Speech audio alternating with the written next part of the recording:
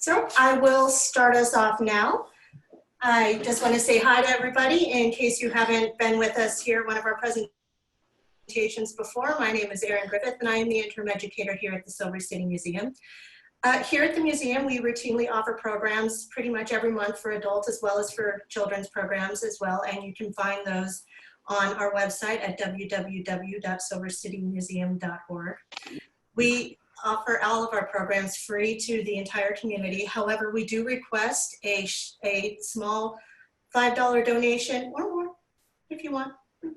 It's these donations that help us be able to continue to provide programs and pay for our Zoom subscriptions and things like this that help keep us going. So really appreciate it. If you can donate, please do. If you can't, then just having you here today is really the best gift that you could give to any of us. And we're so happy to be able to do this.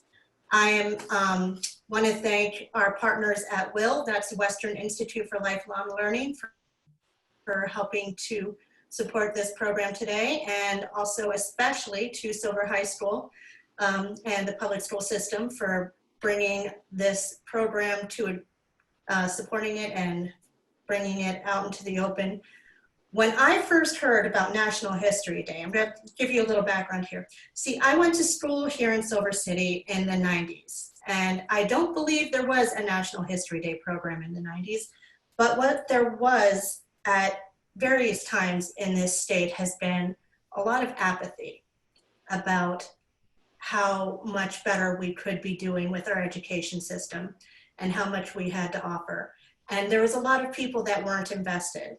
And now I see this little state and this little town in the middle of nowhere that, let's face it, sometimes we are.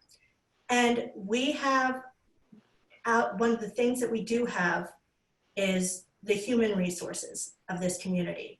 And it's that human strength that has produced teachers like Claudie Thompson, Lee Wilson, and others from the public school district, as well as young scholars that we're going to show a little bit today, that from the middle of nowhere can go on to receive national honor, and not once, but over and over and over again.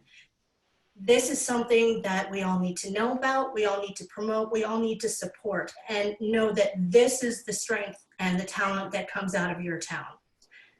So I just wanted to say that. Everyone be proud and continue pushing and be like these people.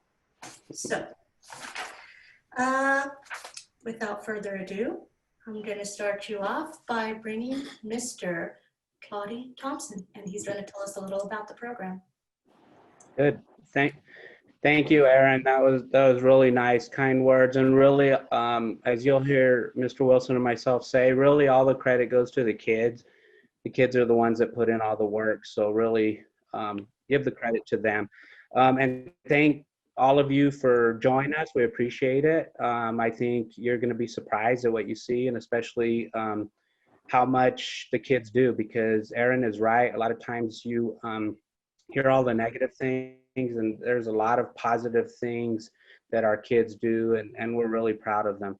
So I'm going to briefly give about a 2 or 3 minute overview of National History Day in general, and then Mr. Wilson will come in and tell you guys about our specific program in Silver City. So first, National History Day started in 1974, and it started with about 129 students, and it started locally. Fast forward to today, and you have over 3,000 students that participate in National History Day across the country, and that includes also the territories of the United States and international business schools as well. So it has grown considerably. The numbers validate that. How it works, okay, a brief overview of how it works is, first off, what the students have to do is they have to compete at several levels before they reach the national level. So they start at the regional level. In New Mexico, we have 3 regions. We have one in Las Cruces, one in Albuquerque, and one in Farmington. So obviously we go to the Southwest region in Las Cruces, and all of the students have to finish in the top 3 if they want to advance to the state level. If they don't finish in the top 3, obviously they stop moving on from there, which fortunately most of ours do move on to the state level. Once we get to the state level, which is then in New Mexico, it's in Albuquerque. Now the students have to finish in the top two. No matter how many projects there are, if they want to advance to the national level, they have to finish in the top two. So fortunately, over the last several years, we've had a lot of students qualify for the national level. And that's quite an honor. So once they get to the national level, obviously the competition starts to grow. At the national level, and I'll use the group documentary that you're going to see here in a bit, I'll use them as the example. So when they get there, now every category is going to have over 100 competitors. So our group doc last year would be competing against all of those across the country, etc. How do they narrow it down to the top 10? Well, what they do is they categorize them. They put them all in groups, or what we call rooms of 10. So our group last year would be in a room of them and 9 others. And the 9 others could be a group from California or Texas or Wisconsin or New York. And what they have to do to advance to finals, they have to finish number 1 in their group. So last year, actually the last 2 years, this group here has finished number 1 in their room 2 years in a row, and they advanced to finals. So after they narrow it down 1 from each room, you have 10 finalists, all right? Then you get new judges. The new judges look over all the projects, and then they rate them from 1 to 10. And obviously important is the top 3, which ours last year finished, they finished 2nd. The year before, actually, they finished 5th. Okay, so they have 2 top 5 finishes in the last 2 years as freshmen and as sophomores. Okay, so that is very difficult to do. Now, what categories can they compete in? I don't want you to think it's just documentaries, all right? There's actually other categories. So you have the documentary, you have a website you can compete in, a performance that you can compete in, an exhibit that you can compete in, and a paper. And all of those categories, except the paper, you can compete as an individual or you can compete as a group. A group consists of 2 to 5 students. All right, the paper has to be done individually. And I will say, and Coach is probably going to add on here, we've had students qualify to nationals in every single category over our history. A couple of other things with the competition, it's not just, like when you see the documentary here in a while, it's not just the documentary. And I think Christian and Hailey, they're going to go over things in a bit more detail, but the students also have to have an annotated bibliography. They have to have a process paper, and they also do a formal interview with 2 to 5 judges. Usually it's right around 3. Okay, so that's also a huge part of the competition. It's not just the project. And again, they'll speak in more detail about that. If any of you actually are interested in judging, National History is always looking for judges. So contact Erin and have her give you my email or Mr. Wilson's email, and we could lead you in the right direction. The last 2 points I want to make, there's been a lot of data and tests that National History Day has done with National History Day students as they progress into college and even later on in life. And what the data and statistics are showing is that students that compete in National History Day, they actually do better in all of their class subjects. They actually test higher on their ACT scores, SAT scores, state tests, local tests. And it also has been proven that National History Day students do better at the university level than those that didn't compete in National History Day. And then I'll wrap it up with to say that this is, in my 31 years of teaching, this is my 31st year of teaching. And I also coached most of those years as well. And in all those years, I will say that National History Day is probably the most, well, not probably, it is. It's the most competitive program that I have ever seen or that I have ever come across. It's just the rigor that it involves and the expectations and what the students learn as far as their and do as far as their writing skills, their speaking skills, critical thinking. I could go on and on. It truly is the best program I've ever seen at this level. With that, what I'm going to do is I'm going to give Erin a few seconds, and she's going to show you a short 2-minute video on that National History Day puts out, and it's for the general public, and I think it'll sort of follow perfectly what I just said, and then we'll go to Mr. Wilson after that.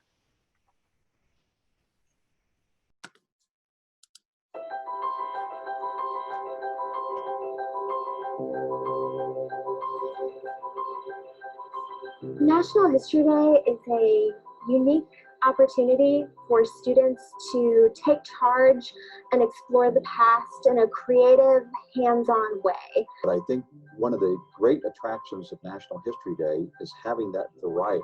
You're not just learning something to do well on a test, you're learning something to really understand history. You're able to mix your schoolwork and learning with something I actually love to do. So if you love to act, if you like designing websites, if you like making movies, I think it opens up this wide spectrum of choices for kids that want to talk about history. The critical thinking that comes through National History Day is so important. The fact that they have to do research. They learn how to analyze the sources that they've found. Being able to contextualize, understand, when that source was written. It's much bigger than just learning about one topic in history. And it gets students just excited because they're not only learning about history, but they get to share it with a wider audience. The motto is, it's not just a day, it's an experience. I would amend that to say it's a life-changing experience. The writing skills they've learned, critical thinking skills they've learned have all gone to help them when they've gotten to the college level. I kind of want to be a reporter now. I really want to go into anesthesiology. I'm actually shadowing a neurologist. I want to go into clinical psychology and get my PhD. We have found that it prepares them for the workforce in a way that no other program even does. You learn the skills that you're going to use for the rest of your life. And you also learn teamwork, and you learn empathy, and you learn the love of learning. And that'll be an important part of who you are forever.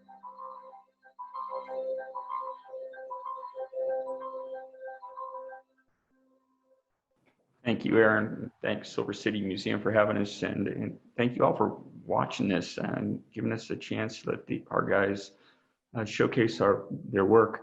I'm going to cover the kind of the involvement here of the Silver City NHD program, and Erin was completely right when she said that back in the 90s when she was attending school, this program didn't exist at the high school.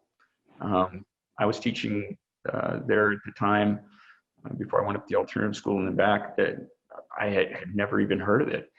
And in the 2005-2006 school year, Mr. Thompson, I received a flyer on NHD and went down to Las Cruces and attended workshops, and obviously was excited and beginning the planning to create what we now have.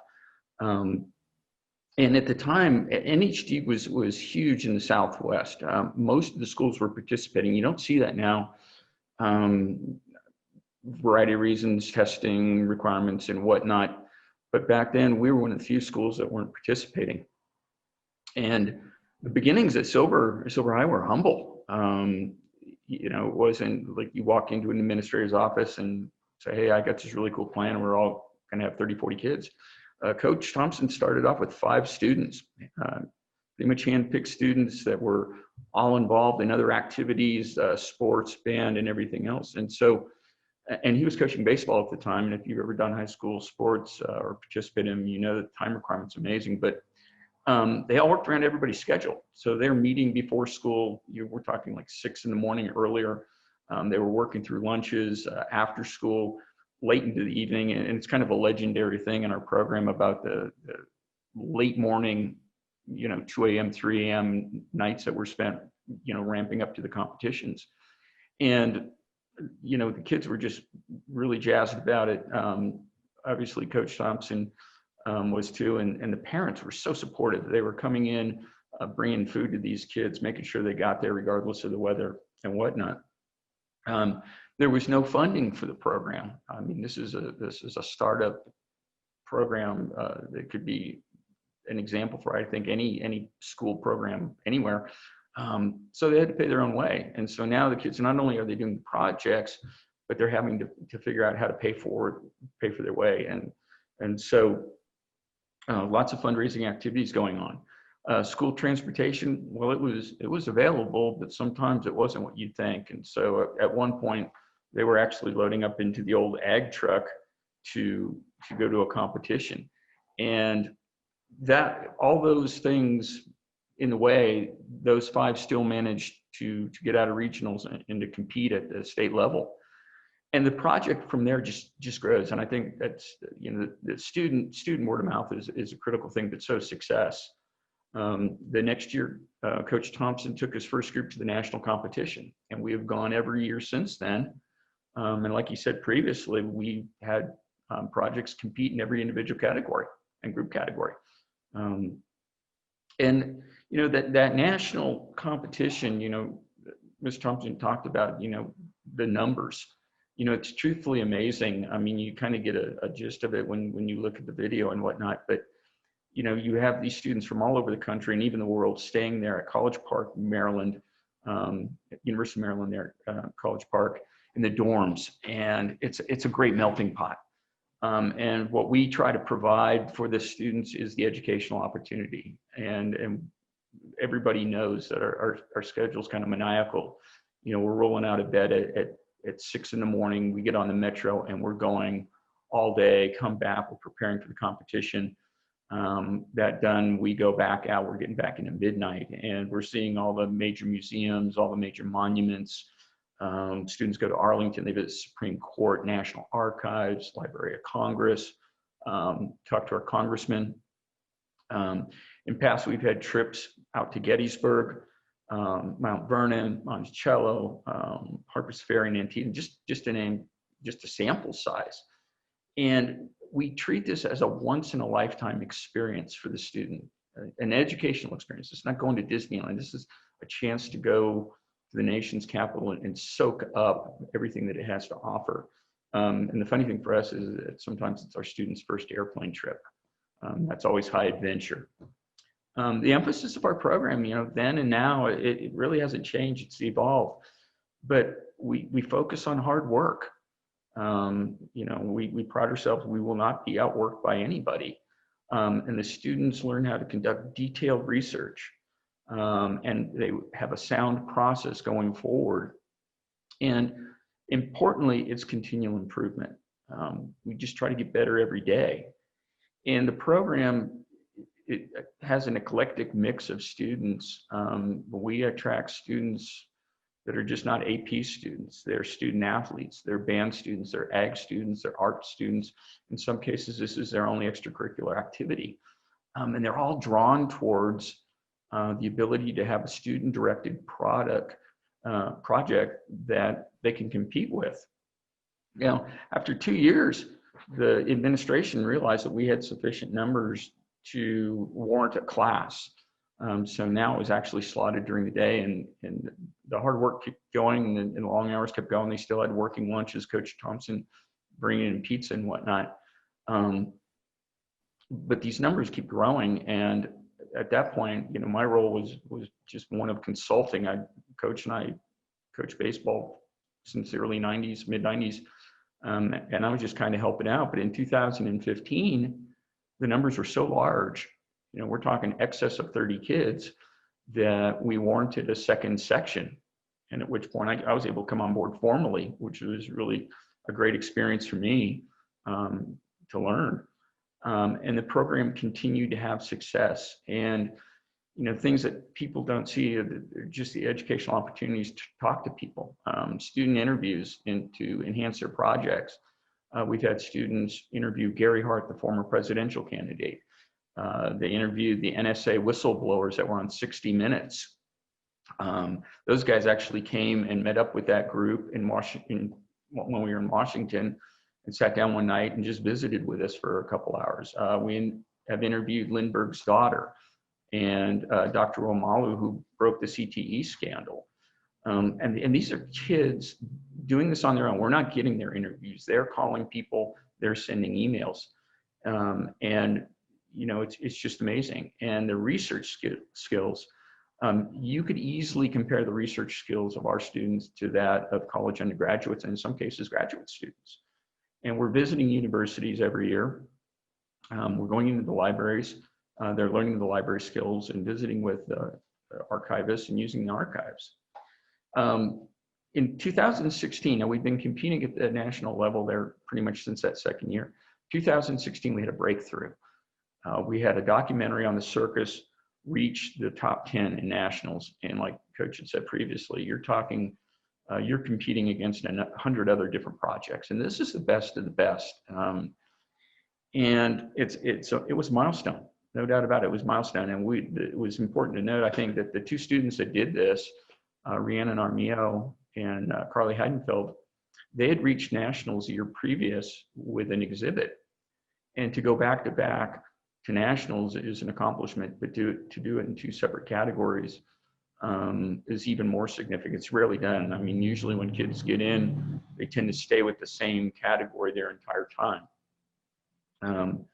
And so, facing that intense competition and they break into the top 10, well, the classes, when we got back, looked around and we said, hey, we can all do this. And it was highly motivated. So we set the bar higher. The students did, we did, and we were looking to break into the top 5 at that point. And we did that in 2017, the next year, with a documentary by Gabby O'Keefe.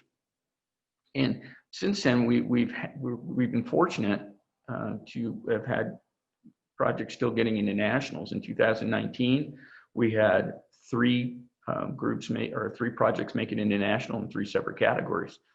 And think, for a small school like Silver City, with the limited funding that we have, to compete against large schools from all the metro areas, these expensive private schools from places like Singapore and whatnot, it's a tremendous accomplishment. And last year, we had 2 documentaries placed in the top 10, 2 group documentaries, one of which you'll see here in a second, the Sesame Street documentary. And again, it's the kids. We're humbled to have such students, but it's the kids that are doing this, and we facilitate and we guide. But since we have begun, we rely a lot upon the families and the communities, and that reaching out, that linkage is critical. The families make sure that their students get to where they have to be. They provide encouragement. They go out of their way to help our program. They come to our parent night, and our kids will mention our parent night down here, and provide some extra eyes on our programs. And funding is an issue, and we receive limited funding now from the school, and it's limited not because they don't want to. It's limited because of the nature of public school funding right now, and so we still have to fundraise extensively, selling candy bars, spaghetti dinners, doing car washes, and even cleaning up the rodeo. Anything and everything we can do to raise money for our kids in our program, we do it. And the remainder of those funds are provided by generous community donations from businesses and individuals. And the community, I think, because we are an academic program, they don't hesitate. And we've been very, very fortunate about that. Another problem that we have and that we participate in is we have to help the state fund NHD. They're under the Humanities Council, and their budget is coming out of the state government. And if you know anything about state government, funding is always perilous. And so every year we load up on a bus, cold February morning, and we head to Santa Fe, and our kids go out and lobby our lawmakers. And they're knocking on the office doors there and talking to individual representatives and senators, asking them to please support our program. And we've been fortunate that we've had that support. It's bipartisan, and our local representatives and senators, from when Senator Morales was there, Ramos, Rebecca Dow, they've just been extremely helpful in making sure our program is funded at the state level. And the worthwhile program, Mr. Thompson said, in his 31 years, he talks about the most competitive nature of the program and the value of it. I've been teaching 25 years, and this program focuses on student research skills, their reading and writing skills, and take them to another level. I said previously, hard work. Our kids aren't light switch kids. By that, I mean, we just don't turn it on for things we like and then just shut it down because the other stuff's not so fun. These students apply their skills, their work ethic to everything that they do in life. A couple of our Sesame Street kids up here have jobs. They approach their jobs in the outside world the same way. And it's important that they do that. And I said before, it's a systemic process. But I think in our world today of product orientation, have to have it now, what's it going to look like? We forget the process as far as being the building blocks to success. And our students start here in August. They find a topic and then they work their way all the way forward, using a variety of skills and spending a lot of time in a process that culminates them in competing. And it is competitive. There's a scoreboard. Scoreboard exists for a reason. And they're striving for success. And some don't. And that too is part of the process, part of the learning process. Facing adversity, for Coach and I, it's heartbreaking to see our project lose at the state level or even national level. They're in tears, we're in tears, and we get on the bus and the winners, help out the losers, the guys that didn't do well and shore them up. And, it's all part of the life lesson process. So our students who take me on this program, significant skills and character traits that will help them at the next level. And it's like the students in the video, it's a life experience. At this time, I'm going to turn it over to our Sesame Street group. We have Michaela Johnson. Hi, I'm Mikaela. I'm a junior at Silver High. We have Hailey Cisneros. Hi, I'm Hailey Cisneros. I'm a junior at Silver High. We have Christian Kilgore. Hi, I'm Christian Kilgore. I'm a junior at Silver High. And we have Gabe Perez. Hi, I'm a junior at Silver High, and I'll start you guys off with an introduction to our group and how we first formed. But first off, I want to thank all of you guys for showing up to this and, giving us all of your guys' support. And most of all, Christian, Hailey, Mikaela, and I, we want to thank Mr. Thompson, Mr. Wilson for pushing us to our limits every day to, strive for greatness and, everything, to get everything perfect. So just a huge thank you to all of you and Mr. Thompson, Mr. Wilson. And so I'll start us off with how we first formed as a group. So in the 2018-2019 school year, we first met in that class in August, and we knew each other from other classes, but it wasn't like anything, where we like knew everything about each other. And it was actually funny because it was a joke that started out how we formed our group. Because one day, at first it was going to be me and Christian doing a group and Mikaela and Hailey doing a group together. But Mikaela and Hailey, they were joking with us about forming a group, and we actually went through with it. And that's probably like the best thing that's ever happened, to us in the NHG program. And so with that, we wanted to do a group documentary. So we did a group documentary about the Mirabal sisters from the Dominican Republic. And we were real fortunate enough to place 5th in the nation in our first year together. And that was just a huge win for us because some of us have never been to the national competition, and some of us have. Placed 5th in the nation.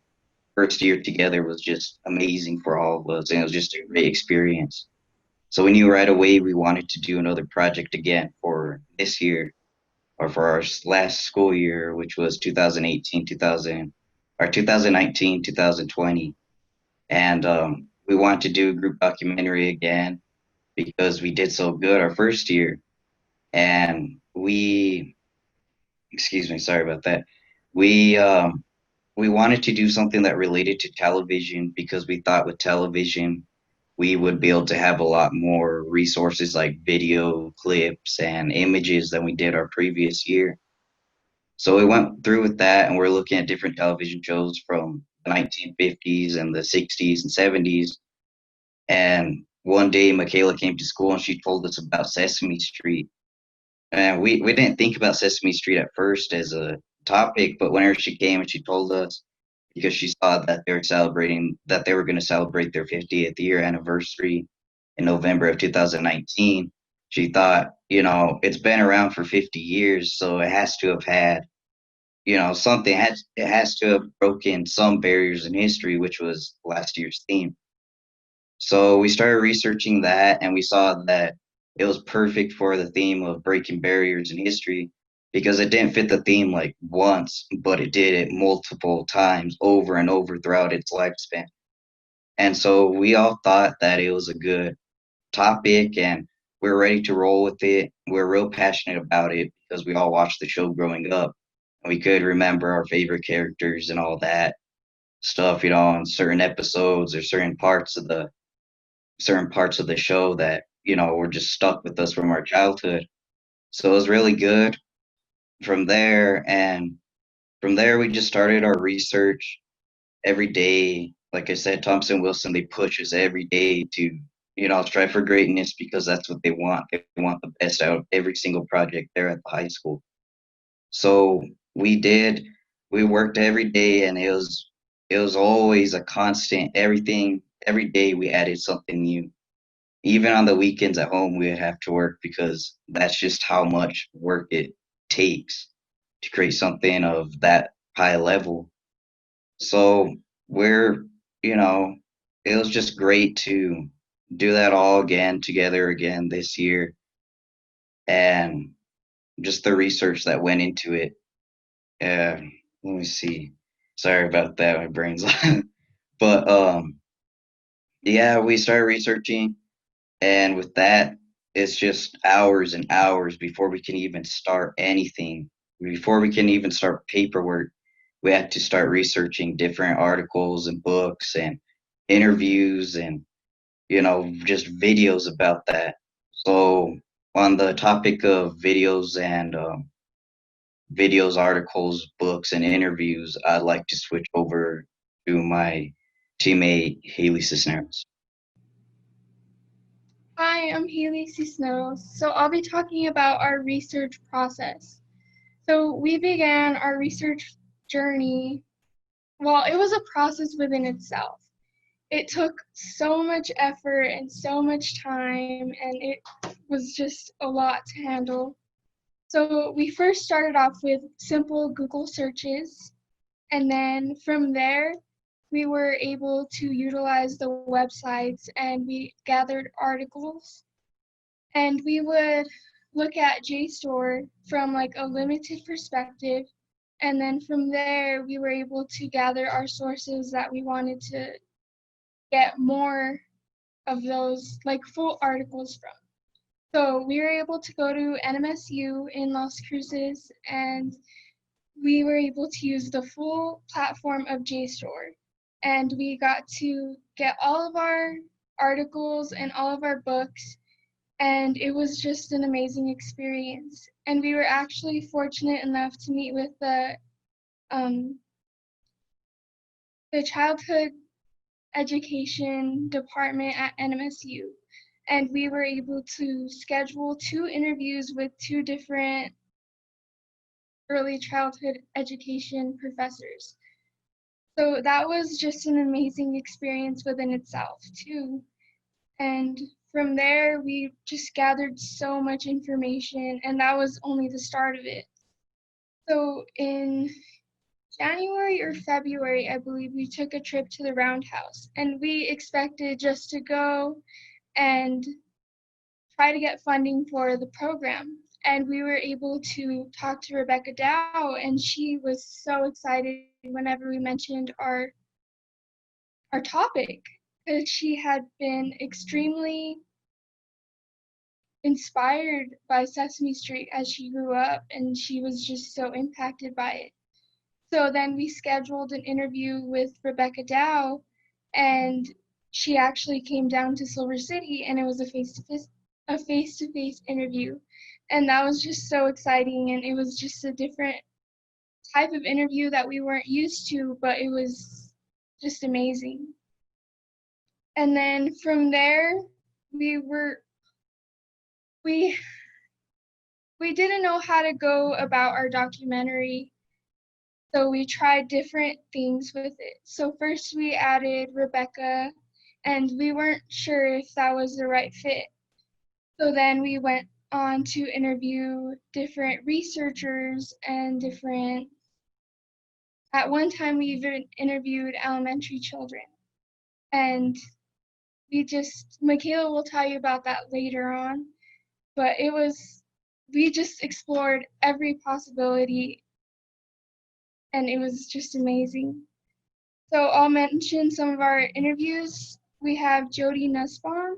She was the Vice President of Special Project Production at Sesame Workshop. And that was our very first interview, and we gathered so much information from it. It was just amazing to hear her passion about Sesame Street and how it impacts children's lives. And then we went on to interview Daniel Anderson. He also did research, his own personal research on Sesame Street and its effects on children. And then we interviewed Fran Brill. She was a puppeteer on Sesame Street, and she just provided us with information from the backside, the puppeteer's perspective, and how happy they were to be able to impact young children. And then we interviewed Shalom Fish.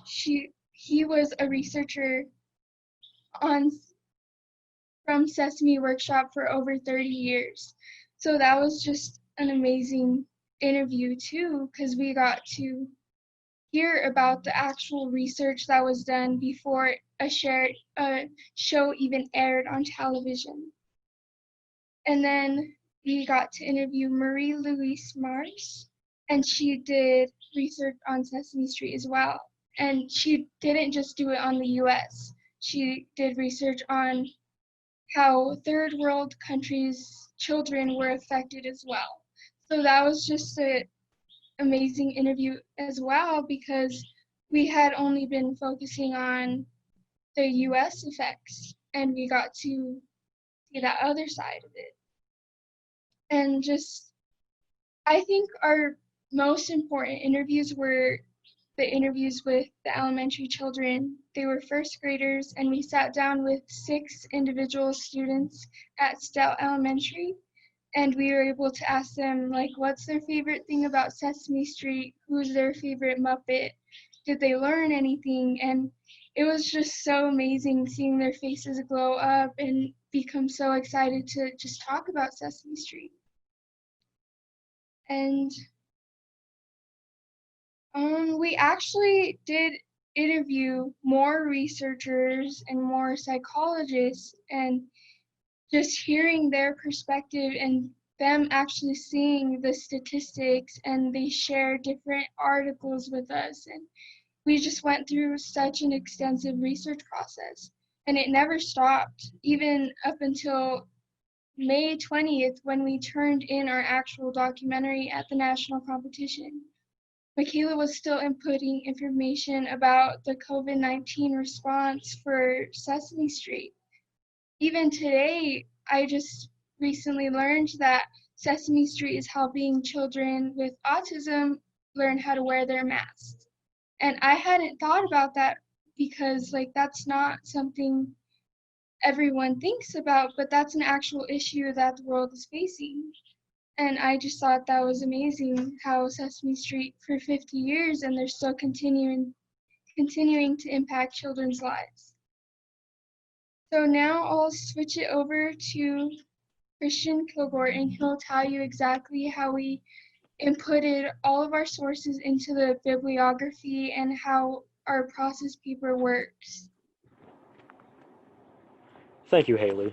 So what we would do for our bibliography is we would just gather all of our resources, all of the interviews, websites, articles, books, photographs, just any type of information you could think of, and we would put them into our annotated bibliography. We would have the categories of primary and secondary sources, and their subcategories, such as, like I said, the articles, books, interviews, among other things. And then we would annotate them. We would do a couple of sentences, sometimes almost a paragraph, just saying how we were able to find them and how we incorporated them into the documentary itself.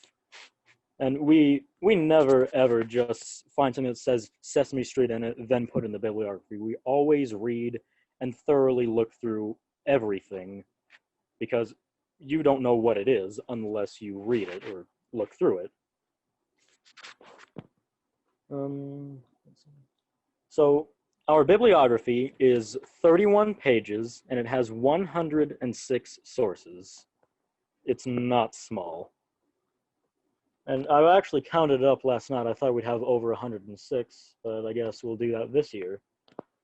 So, and Thompson and Wilson, they would always just beat us up over the annotations and everything. It was good. They were good. They liked them, but they'd say, no, don't use that word. Don't say that. Explain this better. They'd always just keep pushing us, making it better than it was. And we also had our process paper. That just essentially explains how we decided to go about the project itself, how we decided to get together, why we chose a doc. It explains how the project ties into the theme, which is, last year was Breaking Barriers in History,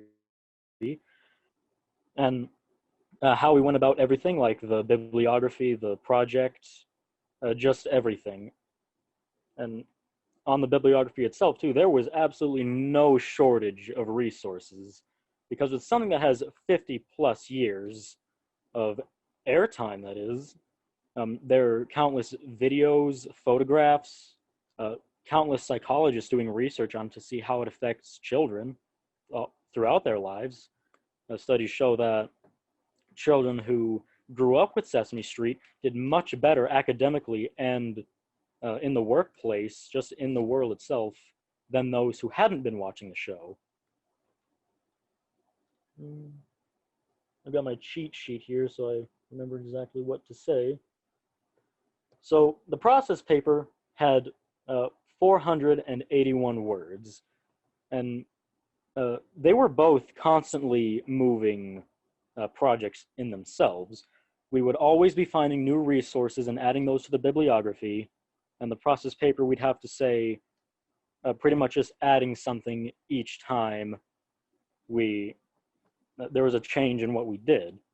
And so for the process paper, what we would do is it has to be no more than 500 words. So we fit in with there pretty well at 481. And those would also get annotated, well, not annotated, but critiqued when we would have parent nights, not just by Thompson and Wilson, but by anybody who came. So what parent night is every year we're supposed to have 3, one before regionals, one before state, and one before nationals. Unfortunately, last year, due to the COVID-19 outbreak, we were only able to have the one before regionals, but it was still extremely helpful.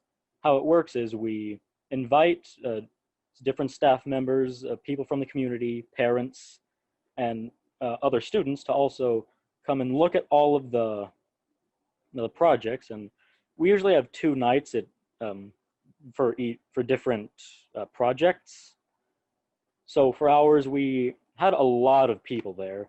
The room was packed, and they always give extremely helpful critiques. Sometimes not, sometimes they just like to talk, but usually we have very, very good information that we get from them. And we critique it. We put it, sorry about that. We fix up the bibliography. They find typos for us, because when you're editing your own work, you usually just think it's perfect. So they help us see that, no, it's not. This is awful. Make it better. Even if it's not, you have to lie for motivation. So after all the feedback and we began to fix the documentary. So I'm going to turn it over to Michaela Johnson, our narrator.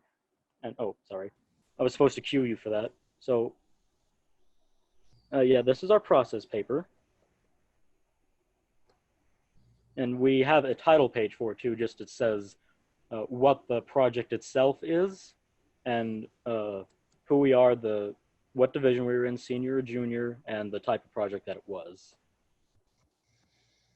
And then here's the bibliography with just all of our sources, primary, secondary, and all of the subcategories.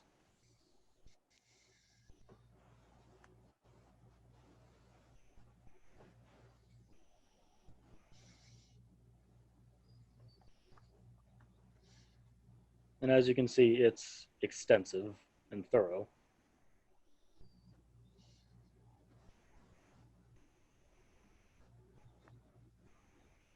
And so after parent night and all the feedback, we begin to fix the documentary itself. So now I'll turn it over to our narrator and scriptwriter, Michaela Johnson. Thank you, Christian. So after we gathered all that information, like from several weeks, because we got interviews right off the bat. I remember the week that we decided on Sesame Street, I emailed Jody Nussbaum, who's the vice president of the Sesame Workshop, and she got back to me like that day. So we already had an interview in the bag. So we had all kinds of information to go off of. There's just so much that Sesame Street does, especially because it's been 50 years. So I started off making the script as a basic timeline. And so I started from 1969 when Sesame Street was created all the way until present day. And we had to come together as a group and decide which information we thought was important enough to keep in the script and which we had to cut, which was really difficult for us because there's 4 of us and we're all completely different people. So we all think different things are important, and we had to come to a compromise. I remember when I finished the script at the beginning, before any edits were made, it was about 8 pages long. And then we had to cut it down to half. So it had to be about 4.5 pages. So when I finished the initial script, the basic rough draft, I shared it with my group and they looked over it and they made all the edits they wanted. And when we came to a compromise a few weeks later, we shared it with our teachers and they would send it back with at least 20 edits, and they were long edits. So we would go through, make all those edits, send it back. And we did that at least 3 or 4 times. And it took us, the script alone takes us a few months. And after that, I was the narrator for our documentary. So I would take the script home, print it out, and read 1 sentence at a time. We had to find a quiet room. Usually Hailey was with me to make sure I sounded good. A quiet room with no echoes. We had professional mics. And I would just read 1 sentence at a time, and we would listen back to it, each sentence, to make sure it was exactly how we wanted it to sound. You know, the happy parts, our voice rises, and the sad parts, we get lower. And then I would edit my voice into Movie Maker, which was the app I used on my MacBook. And it was only my 2nd year using it, so there was still a lot I had to learn from the 1st year. So we would input pictures and videos from Sesame Street, and it's just hours and hours of footage that we have to go through to see which best fits with exactly what I'm saying and time each picture correctly. And then we had to go through all the interviews that we had, and each interview we conducted at least 20 interviews, a little more, and they were each 30 minutes each. So it was hours and hours of interviews that we had to listen to and find which quotes we wanted and put that in. And the doc can only be 10 minutes long, so it was really, really challenging, but it was fun. We were all really nostalgic, and we would laugh every day in class, just like thinking about all the characters. It was so much fun for us as a group.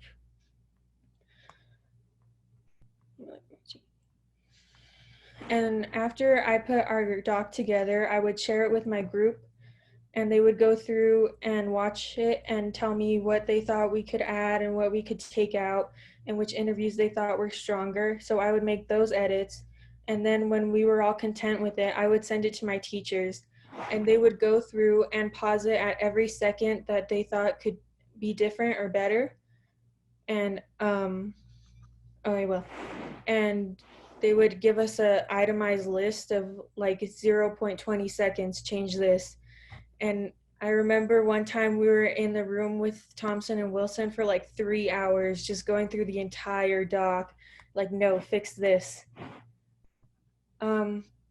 So from going to regionals, we placed first, and every single judge we've had this year has always made a point to tell us how much they love watching our doc because it just reminds them of their childhood. And so we would take the information that they gave us from like judges sheets, and we would use some of it and we wouldn't use the rest of it. We would just decide which worked best. So from regionals to state, we had a completely different documentary. These sheets that she's showing are our sheets from nationals. And then from nationals to, state to nationals, we had a completely different documentary. It was a whole process. We had to repeat the whole process over and over again. All of our judges were really nice. None of them had anything bad to say. They were all constructive criticism. And with nationals, it was really hard for us because we went from 0 to 60 overnight. We couldn't see each other all of a sudden. We had to communicate through technology and have, Skype meetings or Zoom meetings. That was the only way we could see each other. And downloading the documentary to send it online takes about like 3 hours each time you want to do it. So that was really hard for me to make edits but the process, I'm very thankful for my group. We all worked really hard. We just faced the problem head on and we got it done. And we were the first team in Silver High history to get second in the nation. I mean, I wouldn't choose to do it this way again, but knowing that we were able to do it and accomplish something so big makes me really proud to be a part of this group. So now you're going to watch the documentary.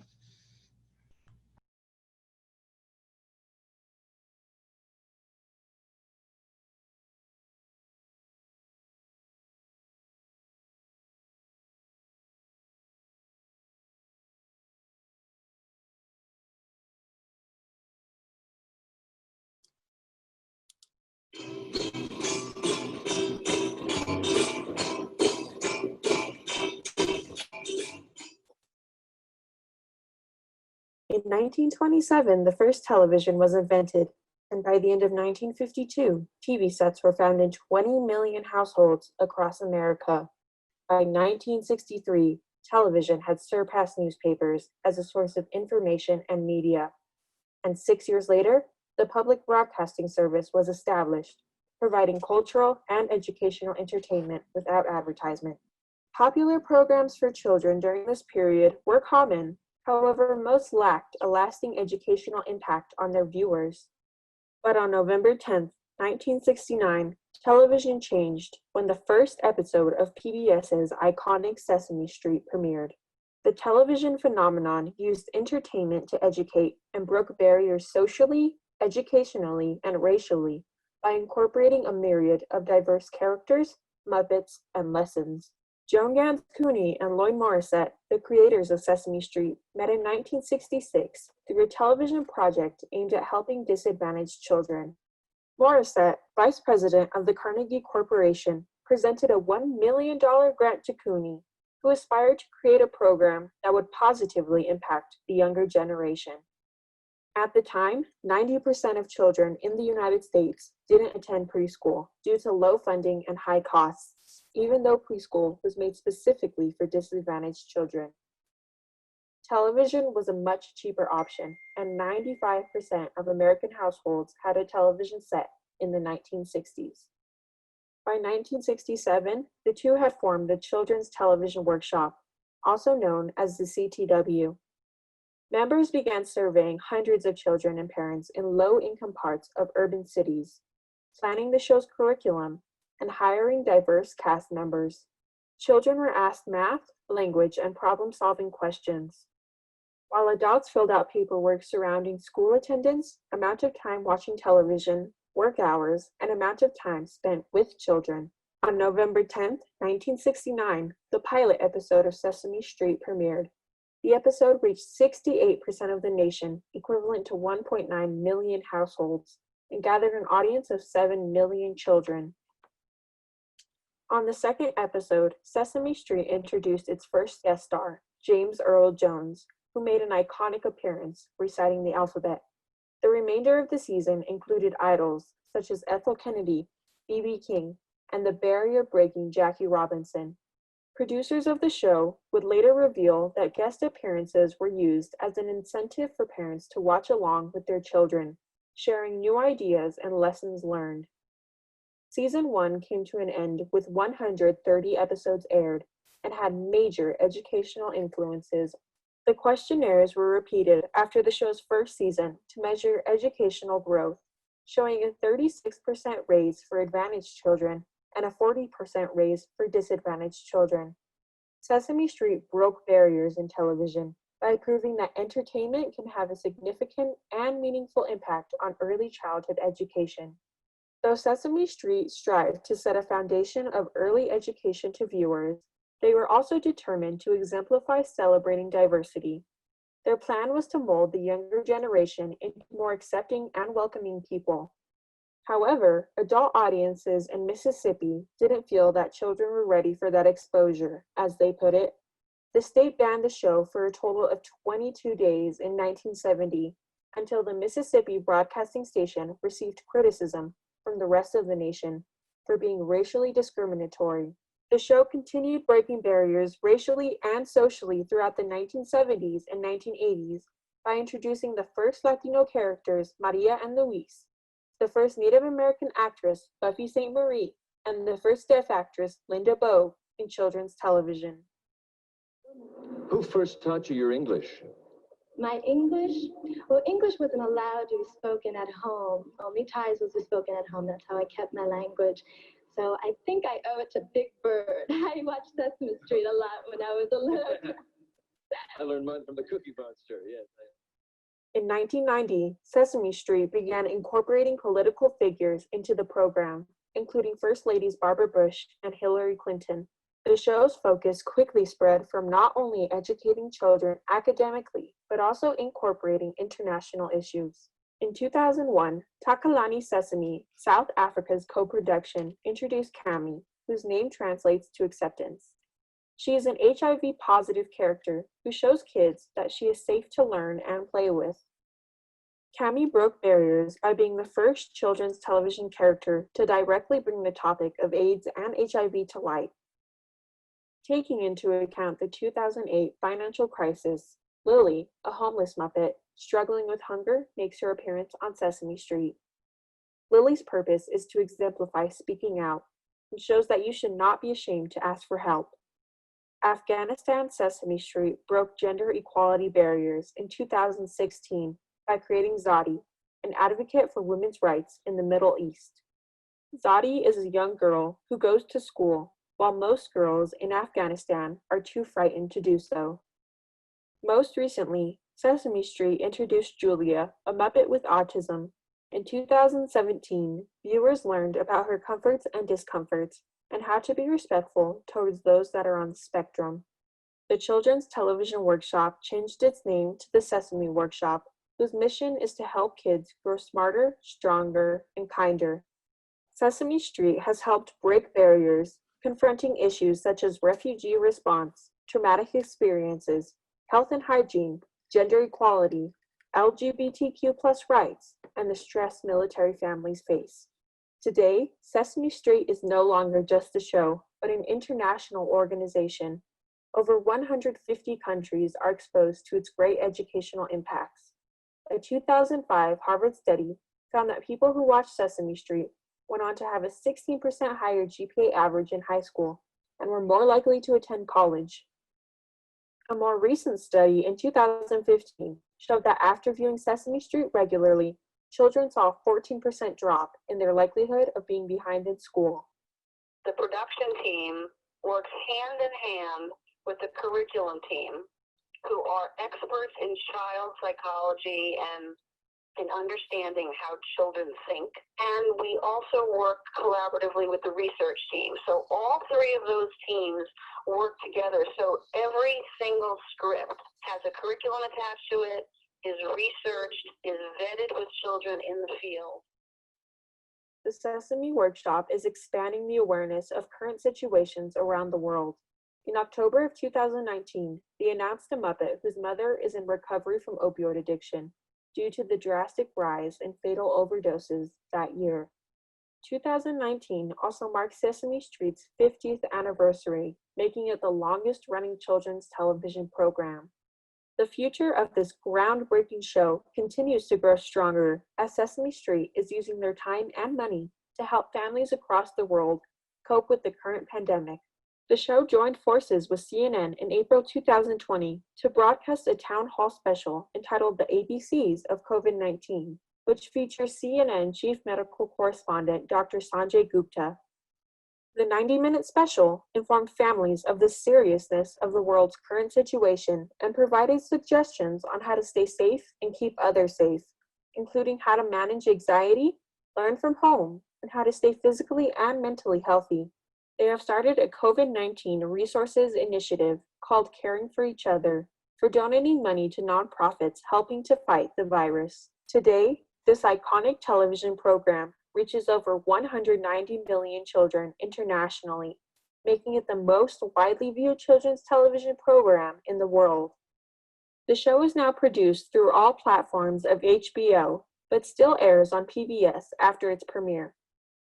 They perform live shows throughout the world and visit classrooms in third world countries where TV is not as common. Sesame Street has transcended borders over the past 50 years, breaking racial, social, equality, and educational barriers. Because of Sesame Street and the continued pursuit to break the barriers of societal injustice, the future stands bright for the children of the world. 18. 19. 19. What comes after 19? 20. John, is that you all grown up? Sure is, Harry. Whoa, great to see. I guess you don't.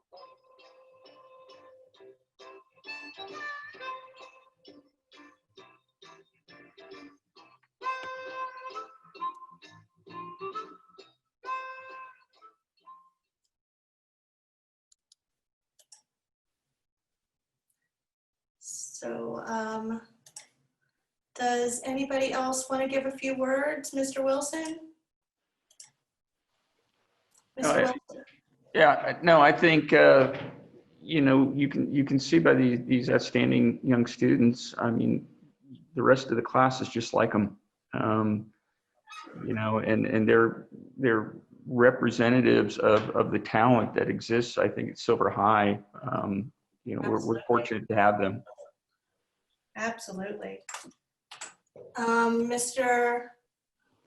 Thompson? No, again, just to reiterate, really, it's the kids' effort, all their work. I mean, we're thankful that they put up with us because we do push them extremely hard, and we're thankful that I mean, they know we love them, but they know that we're going to continue to push them, and we're just thankful to have such good kids. Yes, we do. Okay, everyone want to stick around and we will take some questions. We'll have a QA session here. I believe in the earlier contest to see who is from farthest away, the lady from Washington won the distance. So she has a question, or if anyone has a question, please write it either in this QA box to your right. If you can't find that, it is at the bottom of your Zoom screen. There's two little conversation things, and it says QA. You want to click on that, and you can type your questions in there. And you can type your questions in there. Let's see. So first off, I have Erin Rogers from the Silver City Daily Press would like to speak. So I am going to bring him up. Just give me one moment here.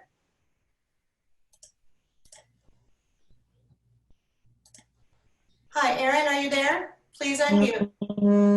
Yes, I'm here. Can you hear me? Yes.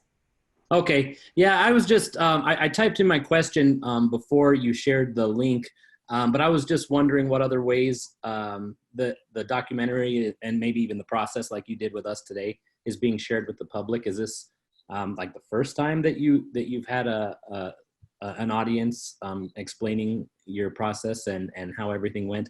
Or is there other avenues that people can kind of get the experience that we got today?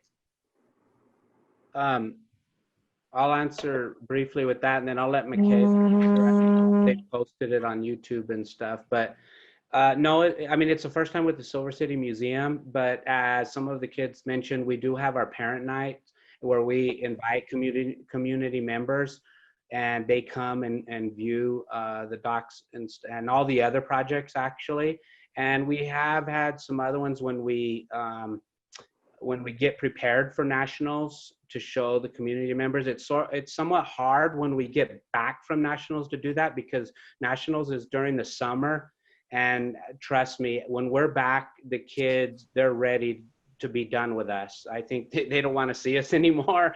They don't want, and I don't mean this in a negative way, but they have put a year, long process into all this work and they need a break. They really need a break. So yes and no, we do it more leading up to nationals, and then we do it when school starts again.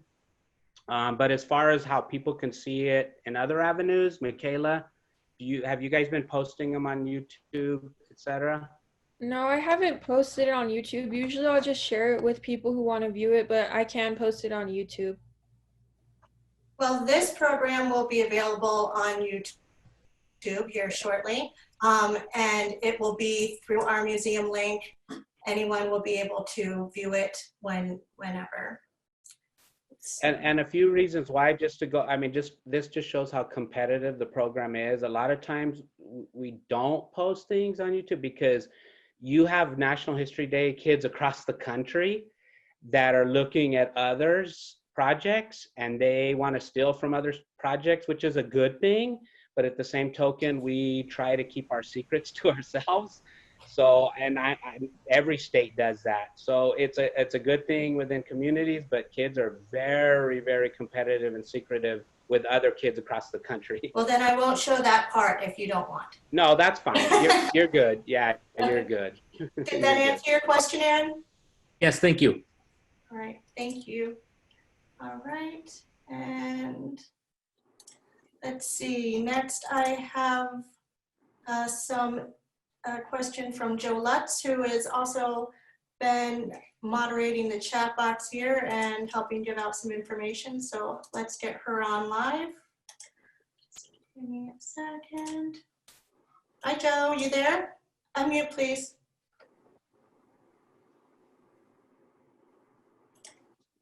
Joe? No, I don't need to repeat the question out loud, but it is, who is everyone's favorite Muppet and why? Good question. My favorite Muppet is the Count because I like his accent. I think my favorite Muppet is the Cookie Monster, because, like, who doesn't love him? I was gonna say my favorite Muppet is Snuffy, so Snuffleupagus. I don't know, I just remembered a lot about him, and that was just the character that always like comes first. Yeah, same with me. Snuffleupagus is the best. I'd have to agree with you on that. Mikaela, did you say your favorite Muppet? Yeah, I said my favorite Muppet was the Count because I like his accent. Oh, that's okay. Sorry about that. And let's see, who else do we have? Let's see, Joe Beachy has a question.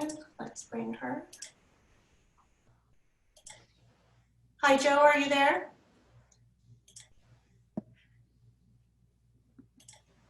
I'm here. Hi, will you ask your question? Yes, I was wondering, well, it was basically who your favorite Muppet was, but did your opinion of him change during the making of the video? Who wants to answer that? Our Muppets, most of our Muppets were Muppets that were in the US version of Sesame Street. So I think doing the project, I learned more about like international Muppets, like the Muppets dealing with AIDS. I thought that was really sweet, but my favorite Muppet is still the Count. Yeah. Anyone else want to chime in? I would also like to tag on to that because I didn't really know about like Zadi because she was like a women's advocate in the and that's just like amazing to me. But I still stand by Cookie Monster. Okay, thanks. Anyone else? Yeah, I'd say that my favorite Muppet still hasn't changed from Snuffy. I don't know, it's just about him. Pretty cool. But you hear all the different international Muppets, and like Michaela and Hailey said, like you get to hear their stories too, and they're also really interesting. But Snuffy's just what I grew up with, so I gotta stick with it. Snuffy. Gotta stick with my man Snuffy. Okay, does anyone else have any other questions for our panelists today? Okay, well, then if I don't see anything, I suppose I will let you all go. I want to thank everybody for attending today. I especially want to thank our partners at Will and the Silver City High School for putting out such wonderful students and for the teachers that have put so much work and so much effort into this kind of program. We are so proud of you, and we're so proud of all of you. And I hope that, let's see, if the gentleman from the press is still listening, I hope that you give these kids all the applause and attention. And real quick, I just want to, Mr. Thompson, to also mention there are other students that placed in the finals and that have done amazing work that may not be with us on this talk here today, but I don't want to leave them out. So Mr. Thompson, can you give a brief shout out and to all of the other people that might have come? Yeah, and we've had numerous over the projects over the year that have made nationals. But as Mr. Wilson had said, Ella Bauer and Alyssa Newman, who their project on Marian Anderson last year, they finished 9th in the nation. And I mean, for 2 documentaries to be in finals from the same school, I mean, we had 2 of the top 10. That you just don't see that happen.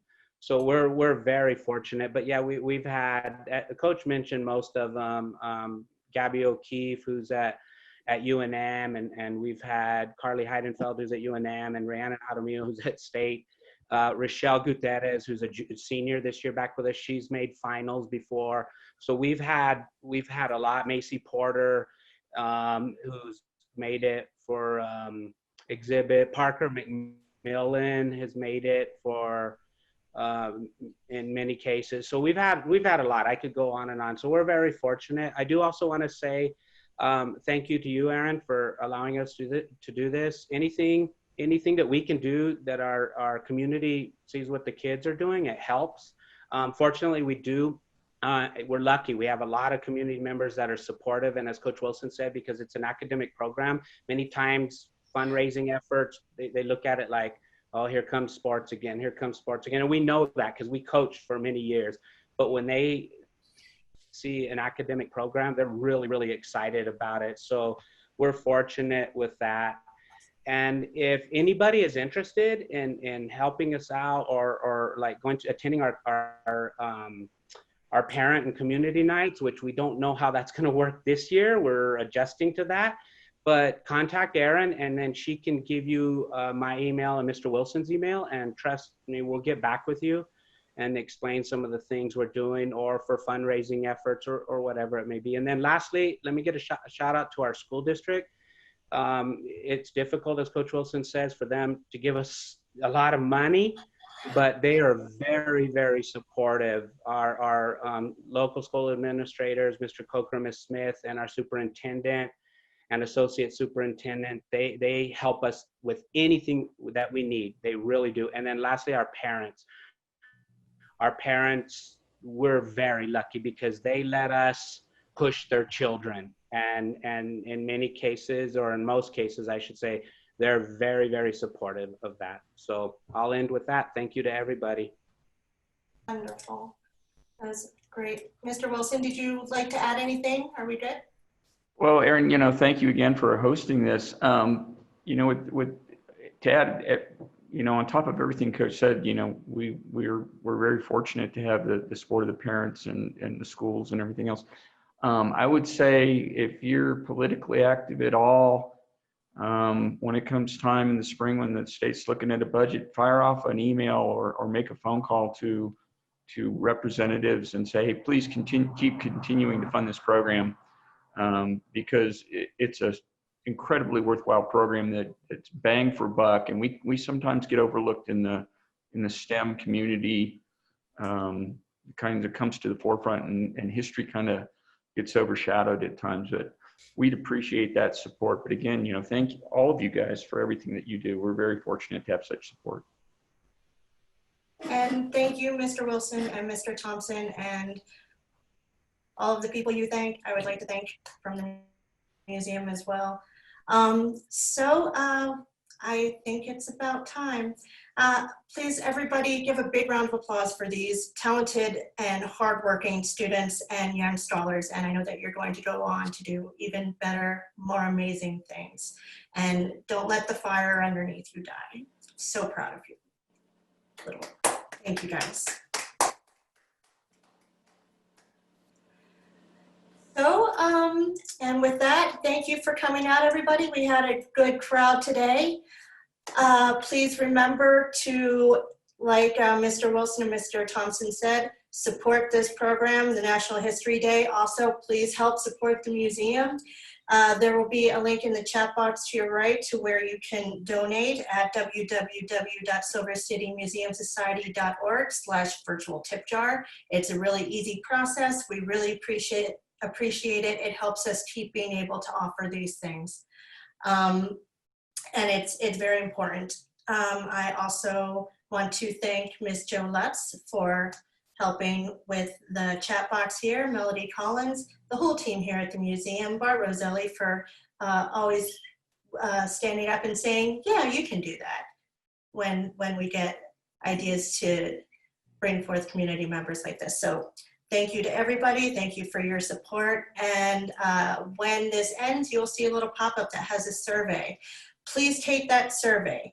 It's maybe 5 minutes, but this is the kind of feedback that lets me know what we're doing right, what we're doing wrong, what I can improve on. And it helps us, another thing that really helps us keep going and knowing how to serve the community and continue with our mission to educate about this area and help out to this area. So one more time, good night, everybody. Oh, it's morning. Sorry, habit. All right, bye.